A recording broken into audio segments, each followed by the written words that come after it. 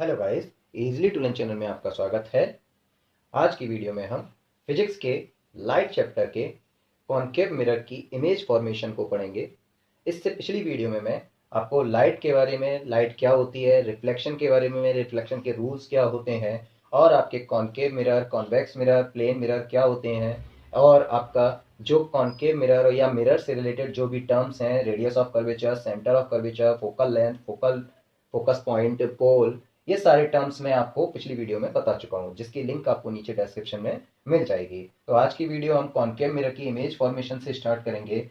पूरी वीडियो को लास्ट तक देखिएगा और वीडियो पसंद आए तो लाइक, शेयर एंड सब्सक्राइब कीजिएगा। चलिए अब हम स्टार्ट करते हैं।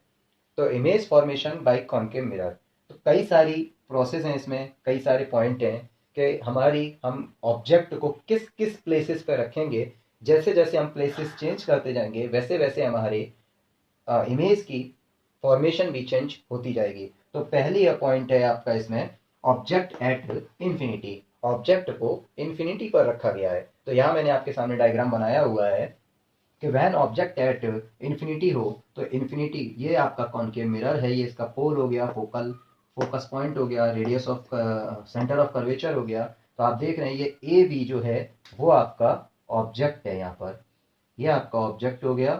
तो यहाँ से आपकी रेज जा रही हैं, तो पैरेलल रेज जा रही हैं मिरर के लिए, प्रिंसिपल एक्सिस के पैरेलल जा रही हैं। तो एक रेज जो जाती है वो आपकी सेंटर ऑफ कर्वेचर से आके जाती है और दूसरी रेज जो है वो आपकी फोकस पॉइंट से होके जाती है। ऐसे ही बी पॉइंट से जो रेज जा रही है मिरर के लिए, वो मिरर से रिफ्लेक्ट होने के बाद फोकस पॉइंट से होके जा रही है। तो आप देख रहे हैं कि जब कोई भी ऑब्जेक्ट इंफिनिटी पे रखा जाता है तो उसका इमेज जो है वो फोकस पॉइंट पर आके बन रहा है। अब हमारी सेकंड कंडीशन होगी जब हमारा ऑब्जेक्ट इंफिनिटी से हटा के radius of centre of curvature के बीच में रखा जाएगा। देखिए इसमें आपकी इमेज की पोजीशन रह गई थी कि कैसी पोजीशन होगी।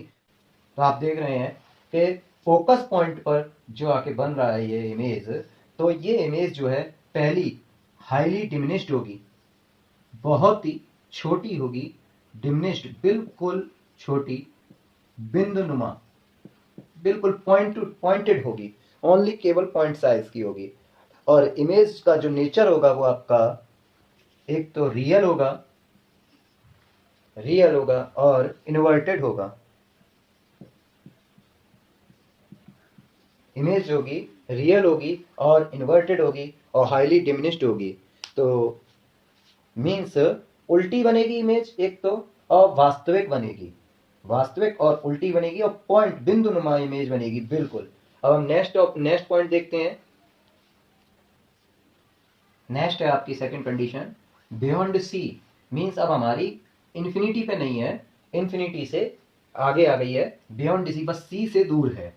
तो सी से जब दूर है तो हमारी इमेज ये रखी हुई है प्रिंसिपल एक्सिस पे ए बी, और यहाँ से आप देख रहे हैं कॉनकेव मिरर पर जा रही है एक रेज, ये आपकी मिरर एक रेज जा रही है जो रिफ्लेक्टेड होके फोकस पॉइंट से होके निकलेगी, और एक रेज आपकी सेंटर ऑफ कर्वेचर से जा रही है जो मिरर से टकरा कर वापस लौट के आ रही है। तो ये रे आपस में एक पॉइंट पर कट हो रही हैं, फोकस पॉइंट से होके आने वाली और रेडियस सेंटर ऑफ कर्वेचर से होके जाने वाली। तो जिस पॉइंट पे होके कट हो रही है तो प्रिंसिपल एक्सिस से उसकी इमेज बन रही है ए डैश बी डैश, ए डैश बी डैश बन रही है। तो इस ये ऐसे इमेज बनेगी। अब इमेज का जो साइज है वो डिमिनिश्ड होगा, डिमिनिश्ड मीन्स छोटा होगा।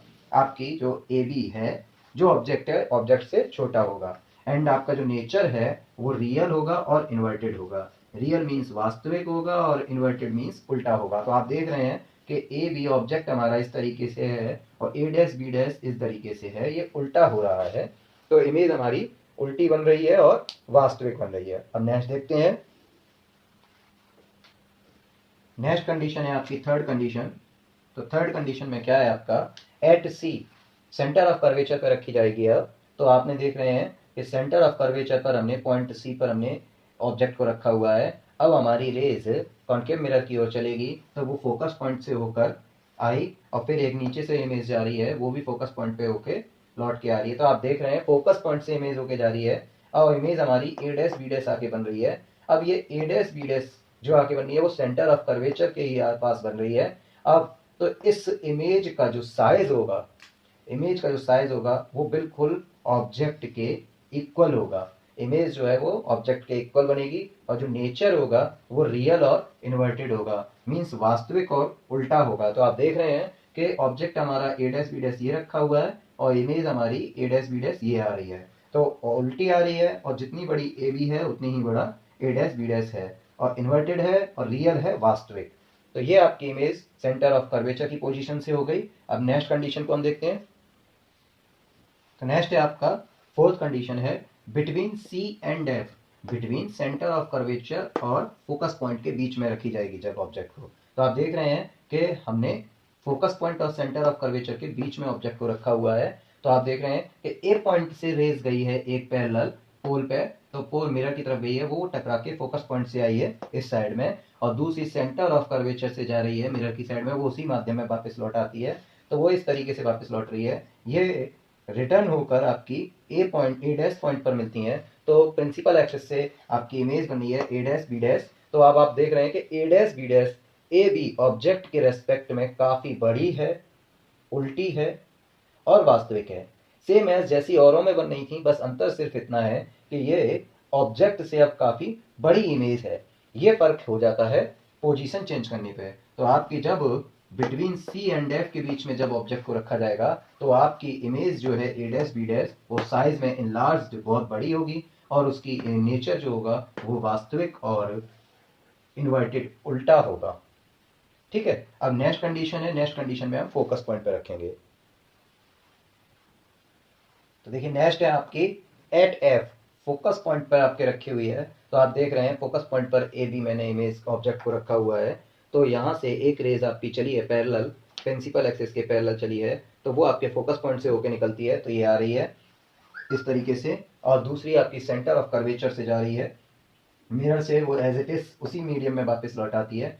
तो यहाँ आपकी कोई भी, जितनी भी ये बड़ा डायग्राम था वहां तक आपको कोई भी फिगर नहीं दिख रहा है, कोई भी इमेज नहीं दिख रहा है। तो ये इमेज एक्चुअली में माना जाता है कि इन्फिनिटी पे जाके बनती है, तो इसीलिए इन्फिनिटी पे ही जाके बनेगी। और अभी जब हमने निकाला था बिटवीन सी एंड एफ में, तो ये आपके ऑब्जेक्ट से बड़ी बन रही थी। तो इसी तरीके से इमेज का जो साइज होगा वो हाईली इनलार्ज होता है, बट वो इन्फिनिटी पे होता है। इन्फिनिटी पे अब आपका जब फोकस पॉइंट पे रखा जाएगा तो इन्फिनिटी पे आपका साइज हो जाएगा हाईली इनलार्ज्ड, वस्तु के साइज से बहुत बड़ा हो जाएगा, और नेचर उसकी प्रकृति आपकी सेम ही रहेगी, रियल एंड इन्वर्टेड, वास्तविक और उल्टा ही बनेगा, उल्टा बनेगा और वास्तविक ही बनेगा। अब लास्ट कंडीशन और है, उसे भी देखते हैं।